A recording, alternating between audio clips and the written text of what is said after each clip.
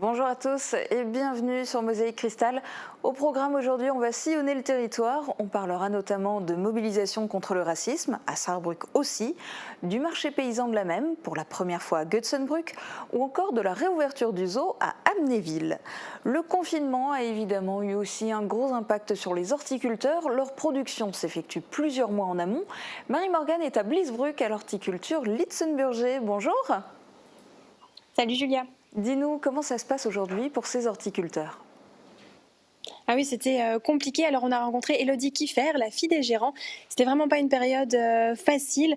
Les plantes, tu l'as dit, sont préparées des mois à l'avance. Il était donc impossible de prévoir ce qu'il allait se passer. Malheureusement, une partie de la production a dû être jetée. C'était un crève-cœur pour cette entreprise familiale. Mais aujourd'hui, les affaires reprennent. Il y a eu un très gros rush au moment du déconfinement. Et aujourd'hui, les habitudes reviennent doucement. On a passé la matinée avec Élodie pour avoir son ressenti sur tout ce qui s'est passé. Vous découvrirez les images tout à l'heure. D'accord, merci Marie-Morgane et puis merci à Uranie pour les images. On revient donc vers vous dans quelques instants. On regarde d'abord les prévisions de Météo France pour demain. La météo vous est présentée par le Crédit Mutuel. Une banque qui appartient à ses clients, ça change tout.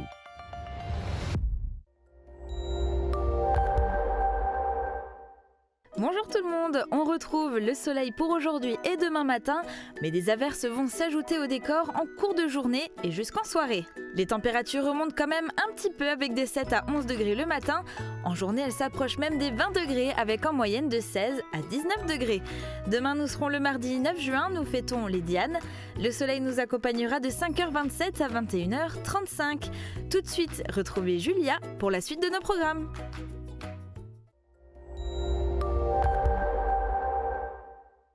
Merci d'avoir suivi la météo avec le Crédit Mutuel. Une banque qui appartient à ses clients, ça change tout. Réouverture de la grande place Musée du Cristal Saint-Louis. Lundi 8 juin est synonyme de redémarrage de plusieurs activités. À Saint-Louis-les-Bitches par exemple, la grande place Musée du Cristal rouvre ses portes au public. Vous pourrez admirer les objets exposés en respectant les conditions sanitaires décidées pour lutter contre le Covid. À noter que les visites guidées de la manufacture ainsi que celles du village ne peuvent malheureusement pas encore être proposées. Reprise des cours à l'école de danse de Bitche. Eh bien, dansez maintenant, oui, parce que c'est de nouveau permis. Ce lundi, l'école de danse du Pays de Bitche reprend progressivement ses enseignements. Chaque élève est attendu dans son cours avec toutefois une participation limitée à chaque séance à 9 apprentis danseurs. Bliesbruck, annulation de Vita Romana. Du côté du parc archéologique européen de Bliesbruck-Rheinheim, on s'oriente vers une réouverture le 15 juin prochain. Ce qui est sûr, malheureusement, c'est que l'événement phare de la saison touristique, Vita Romana, n'aura pas lieu cette année. Cet événement traditionnellement organisé en août rassemble énormément de visiteurs curieux de découvrir le mode de vie de nos ancêtres. Réouverture du restaurant de l'ESAT La Ruche. Lui aussi a rouvert et déjà depuis la semaine dernière. Il s'agit du restaurant La Ruche Gourmande, installé en zone industrielle de Sarreguemines. Mais les conditions ont changé. L'établissement propose en effet une formule de repas à emporter uniquement sur commande. La liste des plats proposés est disponible sur Facebook. Signature prochaine d'une convention de souscription pour restaurer l'église de Rimelin. Et si vous vous mobilisiez pour aider le patrimoine local ? La commune de Rimelin va signer une convention avec la Fondation du patrimoine. Ce sera le lancement d'une campagne de souscription pour encourager le mécénat populaire et d'entreprise. L'objectif est d'aider le conseil municipal et le conseil de fabrique à restaurer l'intégralité de l'église de Rimelin. Des travaux dont le coût est estimé à 130 000 € hors taxes. On retourne à Bliesbruck. L'horticulture Litzenburger a repris du service il y a près d'un mois de façon intense. Ça a été une période hors du commun pour cette entreprise familiale. Reportage d'Uranie Tozic et Marie-Morgane Lorenz. Élodie Kiffer a grandi dans ces serres. Ses parents gèrent l'horticulture Litzenburger. Elle les a rejoints il y a 10 ans. Cette année, c'est une épreuve inédite qu'ils ont vécue ensemble. Mi-mars, ils ont appris du jour au lendemain qu'ils devaient fermer leurs portes et donc stopper leur production, préparée depuis des mois. On était très tristes parce que toute la production de printemps était prête à être vendue et on ne pouvait pas la vendre. On a On a été interdit de marcher, on n'a pas pu accueillir les clients à la serre. Donc tout ce qui est prime vert, pensée, tout ça est parti à la poubelle. Et voilà, c'était de grosses inquiétudes. Habituée des marchés dans tout le secteur, c'est un coup dur. En avril, Elodie apprend qu'il est possible de mettre en place un drive. Les clients passent commande de plants de légumes et peuvent les récupérer sur place ou à Walsbronn, où un partenariat s'est mis en place avec la commune. Une nouvelle manière de travailler, mais qui a bien fonctionné et qui a offert une nouvelle visibilité à l'horticulture. Le 11 mai sonne comme une délivrance. Les clients peuvent à nouveau entrer dans les serres. Depuis le déconfinement, on a accueilli beaucoup de personnes sur un laps de temps très court. Les gens voulaient faire du jardin et se sont tournés vers les producteurs locaux. Comme ils ne pouvaient pas se déplacer, j'ai pu faire de la communication avec ma page Facebook et ça a aussi apporté pas mal de nouvelles clientèles, une clientèle plus jeune aussi qu'habituellement. Dans un an, Elodie Kiffer va prendre les rênes de l'entreprise. 2020 était une année de transition qui aura finalement été semée d'embûches. Mais aujourd'hui, les affaires reprennent. Ça va mieux. Après, l'avenir, c'est l'année prochaine et on espère que les clients qui nous ont découverts penseront à nous l'année prochaine et penseront local pour pérenniser un peu ce qui s'est passé, cette aventure de 2020. Et vous le voyez ici, la serre est totalement vide. En général, c'est plein de plantes. C'est une bonne nouvelle pour l'horticulture. Ça signifie que les clients sont venus en nombre. La production des plantes d'été est totalement partie. Il reste seulement quelques plants de légumes. De quoi redonner le sourire à la famille Litzenburger et notamment à Elodie, qui sera donc la nouvelle gérante d'ici quelques mois. Pas de fleurs, mais un genou à terre pendant 8 minutes 46. C'est devenu le symbole des manifestations qui se déroulent dans le monde entier contre le racisme et les violences policières. À Saarbrück, près de 3000 manifestants étaient réunis samedi devant la Kongresshalle. La foule, portant des masques de protection et vêtue de noir, s'est rassemblée suite au décès de l'Américain George Floyd, mort le 25 mai lors de son arrestation à Minneapolis. Reportage de Christelle Jambon. Moment fort de la manifestation, un genou à terre ou assis, les participants font silence pendant 8 minutes et 46 secondes. Le temps exact pendant lequel le policier américain blanc a appuyé avec son genou sur le cou de l'Afro-Américain George Floyd, provoquant sa mort. Un meurtre raciste condamné dans le monde entier. Je pense que c'est un sujet qui nous concerne tous. Ça s'est passé certes aux États-Unis, mais c'était important pour moi de venir soutenir les organisateurs et parler de ce problème.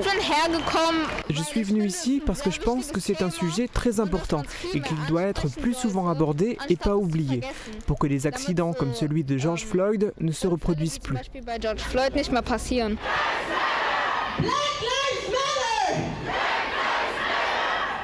En relayant sa manifestation contre le racisme sur les réseaux sociaux, Yasmine s'attendait à rassembler 300 personnes.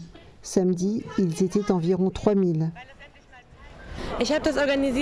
J'ai organisé cette manifestation parce qu'il était grand temps de faire quelque chose contre le racisme, à Saarbrück aussi. On manifeste toujours dans les grandes villes, mais dans les petites villes aussi, il y a du racisme. Parfois à l'école, on me demande « Mais tu viens d'où vraiment ?» Alors je réponds « Mais tu penses que je viens d'ailleurs ? Non, je viens de Saarbrück, je suis né ici. » Je suis pharmacien et j'ai un collègue de couleur également pharmacien qui est en Allemagne depuis longtemps et qui a fait ses études ici. Et c'est déjà arrivé que des clients ne veulent pas être servis par lui. C'est le genre de situation qui vous fait comprendre que le sujet est plus actuel que vous ne le pensiez. Le racisme, il y a du racisme partout dans le monde et ça n'a pas d'importance qu'on soit blanc, qu'on soit noir, violet. C'est pas important, il faut juste agir. Personnellement, je n'ai jamais connu de violence policière. Je n'ai jamais été frappée par un policier ou autre, mais par contre, des contrôles intempestifs où je devais montrer ma carte d'identité sans aucune raison, ça oui.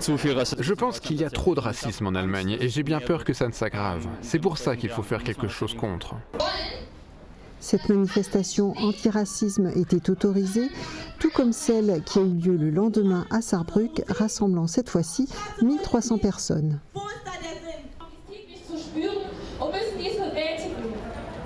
C'est la toute première fois que le marché paysan de la Mem a fait étape à Götzenbrück. Il s'est déroulé hier sur le parking de l'ESAT-La-Ruche. 13 artisans et producteurs locaux ont présenté leurs créations et produits. Le public était au rendez-vous pour cette édition très spéciale. Vous allez le voir, Thibaut Desmerlet était sur place. Oui, c'est une ouverture de saison très particulière. Le marché paysan de la Mem a marqué le coup à Götzenbrück pour la toute première fois. Il n'y a jamais eu autant de stands sur la place au centre de la commune. Des habitants venus des 4 coins du Pays de Bitche ont fait le déplacement. Consommer local et sortir de chez soi, des plaisirs enfin retrouvés. Une sensation de semi-liberté, donc on croise de nouveau des anciens collègues, des amis, ça fait vraiment très plaisir. Les 13 producteurs et artisans sont aussi ravis de reprendre l'habitude des marchés. On s'extirpe de son exploitation ou de son atelier et on repart à la rencontre des consommateurs. Un contact à distance, mais qui fait du bien. Ça fait beaucoup de bien de revoir les gens, quand on est tout seul dans son atelier et qu'on ne sait pas ce qu'il va avoir au bout. C'est un peu dur, mais là c'est bien, c'est la reprise, on a envie de recommencer à produire du coup, c'est génial. C'est la Mem, en partenariat avec la commune de Götzenbrück et l'Interassociation qui a organisé cet événement. Une édition spéciale aussi à cause des mesures sanitaires mises en place. Un sens de circulation unique a été établi. Il fallait se désinfecter les mains à l'entrée et à la sortie. Respect des gestes barrières et de la distanciation. Bref, un marché bien différent. Pour l'économie locale, pour la population locale, c'est vraiment quelque chose d'important de pouvoir continuer ces marchés, même si le format est un petit peu différent des autres années.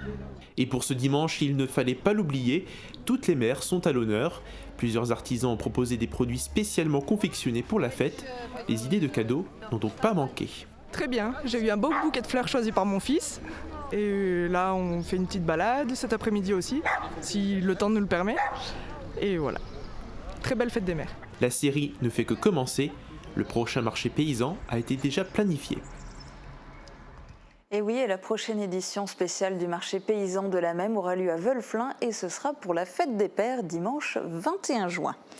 Je vous propose maintenant de faire la connaissance de Nolan. Il rêve de devenir pilote de ligne, mais pour le moment c'est un lycéen sans lycée. Nolan Manga est en seconde, un niveau qui ne reprendra pas au lycée Jean de Pange à Sarreguemines. Nolan continue en classe virtuelle avec l'enseignement à distance, ce qui laisse le temps à ce bon élève de préparer son brevet de pilote. Voici son autoportrait. Bonjour, je m'appelle Nolan Manga, j'ai 16 ans et je suis en seconde au Jean de Pange. Alors, je vais vous partager l'écran. Si par contre de votre côté vous avez la possibilité d'ouvrir votre livre sur vos propres ordinateurs, n'hésitez pas. On travaille sur ordinateur principalement et on reçoit les cours à distance, donc des fois on va par classe virtuelle ou des fois on a juste les documents et on fait des exercices. Et j'ai à peu près on va dire 3 heures de travail par jour en faisant tout ce qu'il faut. Je trouve que c'est quand même mieux en cours parce qu'on a plus d'explications.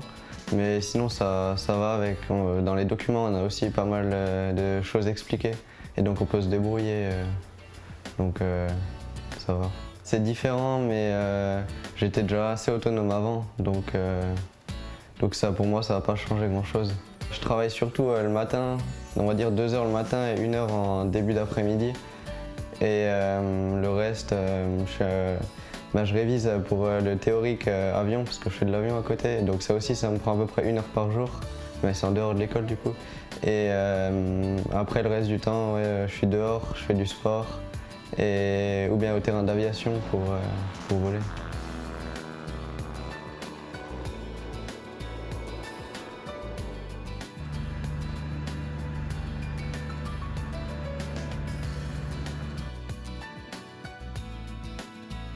Ça c'est un simulateur de vol, du coup il y a quasiment tous les aéroports du monde. Ça passe de l'avion de ligne au petit avion d'aéroclub et on peut vraiment s'entraîner à voler, quoi. On peut choisir les conditions météorologiques, l'heure, s'il y a des turbulences ou pas et ça permet de préparer un vol.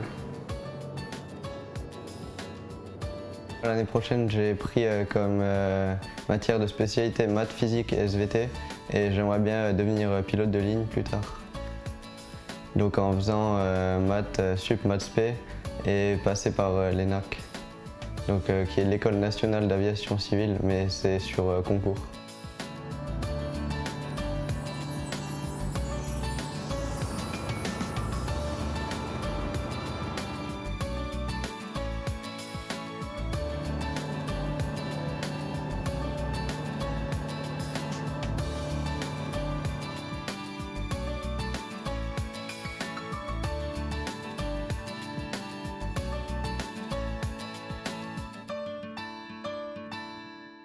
Pour vous laisser le temps d'atterrir, on marque une très courte pause et on se retrouve dans un instant pour une visite du zoo d'Amnéville, une balade autour du moulin des Juilaires et un tête-à-tête avec Alphonse le magicien. A tout de suite.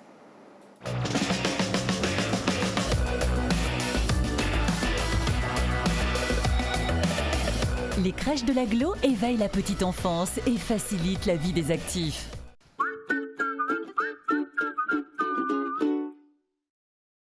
Bécher STP, le spécialiste de la protection solaire. Store personnalisable et pergola bioclimatique.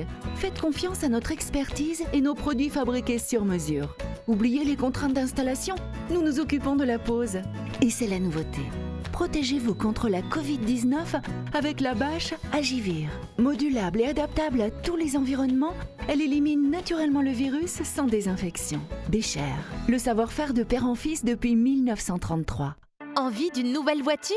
Go-Car Bike, c'est plus de 25 ans d'expérience et une équipe de passionnés qui est là pour vous guider dans votre projet. Confiez-nous votre recherche personnalisée et qui sait, peut-être que votre bonheur se trouve déjà sur notre parc. Pour rouler l'esprit tranquille, optez pour nos solutions de financement avec extension de garantie jusqu'à 6 ans. N'attendez plus, venez nous rencontrer au 18 rue des Bouvreuils à Sarreguemines. Go-Car Bike, go! Un décor cosy et chaleureux, une équipe sympathique, une cuisine faite de produits frais, une vue magnifique sur le golfe de Sarreguemines. Le Green, le restaurant qui ne manquera pas de vous séduire. Toute l'équipe de la Maison Berre est heureuse de vous revoir en ville. Nous continuons à appliquer scrupuleusement les gestes barrières et avons maintenu notre service de livraison à domicile sur Sarreguemines. Soucieux de vous faire partager notre savoir-faire artisanal, tous nos produits sont faits maison. Vous êtes salarié ? Votre patron peut vous récompenser par des chèques cadeaux à dépenser dans plus de 60 commerces sarregueminois. Pour l'entreprise, ce sont 0% de charges sociales et fiscales et 0% d'impôts. Shop in Sarreguemines, c'est sympa, astucieux et innovant. Parlez-en autour de vous. Niché dans un écrin de verdure, au bord de l'autoroute à Ambar, l'hôtel Sweet & Smart vous accueille pour 50 € la nuit. Confortablement installé dans l'une des 60 coquettes chambres, profitez de la climatisation et de l'internet très haut débit. Et sur l'écran plat connecté, vous pourrez suivre en direct ou différé le magazine Plus de Sport sur Mosaïque Cristal. Sweet & Smart soutient à fond le sport local.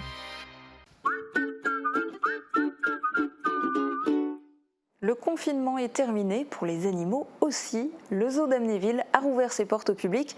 Après une journée réservée aux abonnés, le zoo accueille à nouveau les visiteurs depuis vendredi, mais ils doivent respecter un parcours de visite et réserver leur horaire.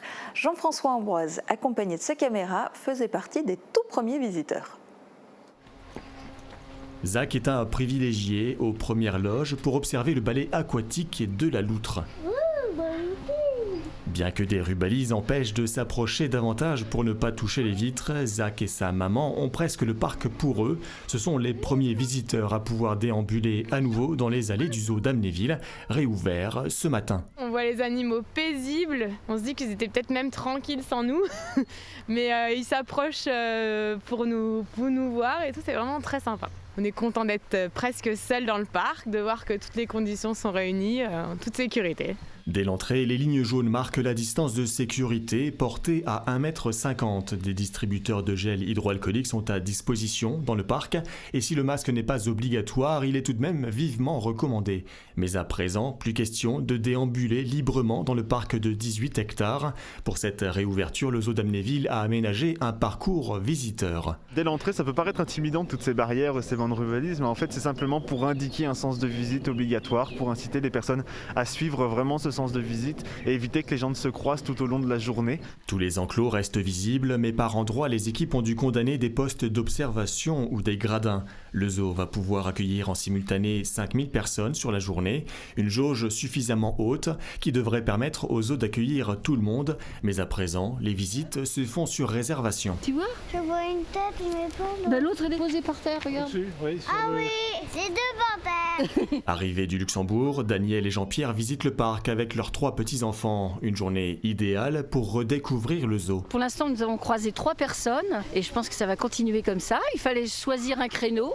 On avait choisi celui de midi parce qu'on va pouvoir déjeuner sur place. Puis tout est propre, tout est beau. Donc voilà, on est ravis d'avoir fait ce choix de sortie aujourd'hui. Une reprise en douceur pour les animaux également, car pendant 2 mois et demi, les pensionnaires se sont habitués au calme qui règne dans le bois de Coulanges. À croire qu'ils attendent patiemment le retour des visiteurs. Maintenant que du monde va commencer à revenir, là ça va leur faire quelque chose. Ils vont se dire oh, tiens, il y a du monde, etc. Ils vont commencer à regarder. Mais ça ne va pas les déranger en soi et très vite ils vont s'habituer à nouveau. Et d'ailleurs, pendant le confinement, ils ont été très en alerte dès qu'ils voyaient un soigneur passer.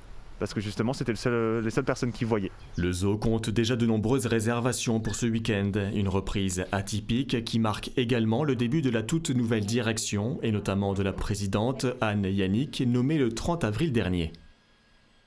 Lui aussi a dû se plier aux règles du confinement. Alphonse le magicien regarde désormais vers l'avenir et prépare le déconfinement de ses tours de magie.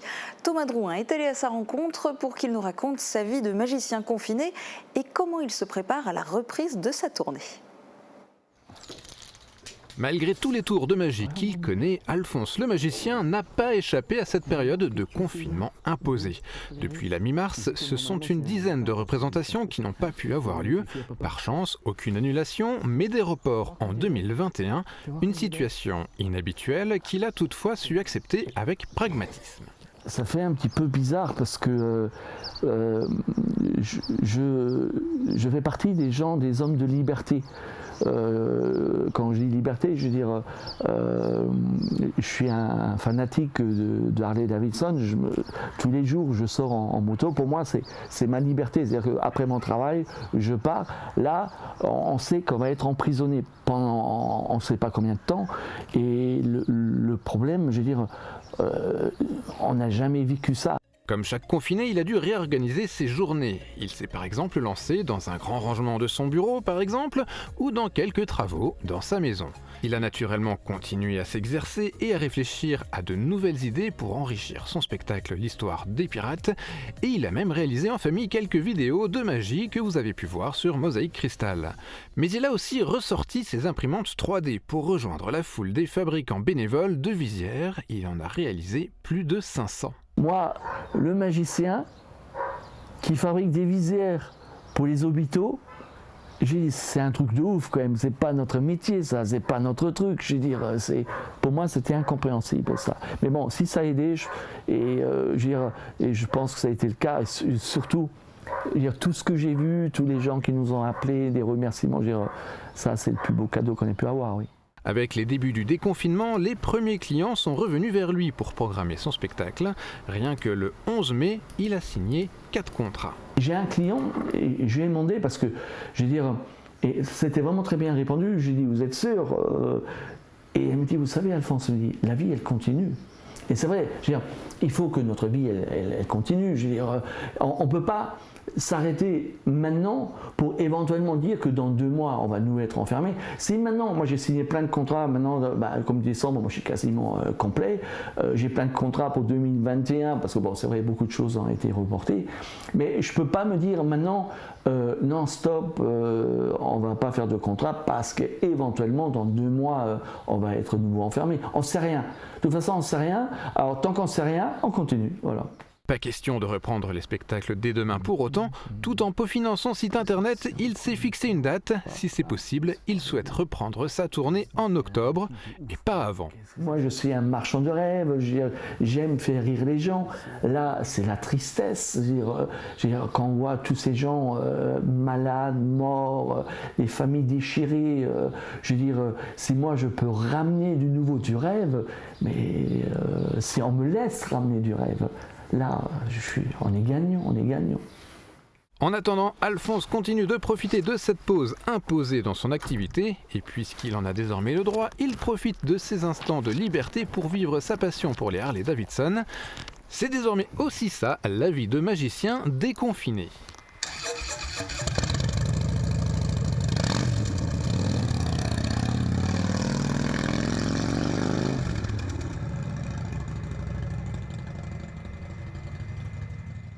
patrimoine naturel, artisanal, architectural, notre région regorge de curiosités.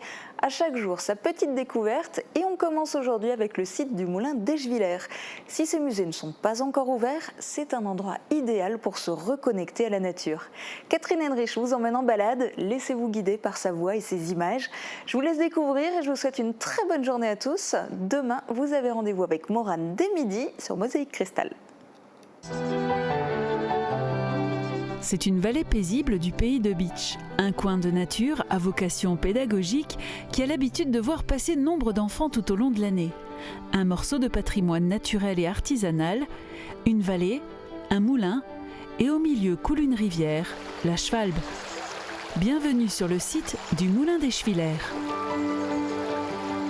C'est ici que débute la découverte de la nature si particulière de cette vallée. La rivière en est le cœur vivant. C'est elle qui a permis le développement des moulins. Elle alimentait autrefois 16 moulins sur son cours. L'eau a aussi permis l'installation d'un arbre emblématique de la vallée, le saule blanc, dit saule tétard. Sa forme si caractéristique est le témoin de pratiques rurales traditionnelles. Tout au long de sa croissance, la tête de l'arbre est taillée régulièrement. On utilisait les branches pour le chauffage, la cuisson des aliments et la vannerie. Mais le saule tétard offre d'autres avantages. Il est un abri de choix pour la faune sauvage, insectes et petits mammifères y trouvent refuge. Plusieurs associations ont aussi trouvé sur ce site un lieu d'activité idéal. Une association équestre, des arboriculteurs et des apiculteurs.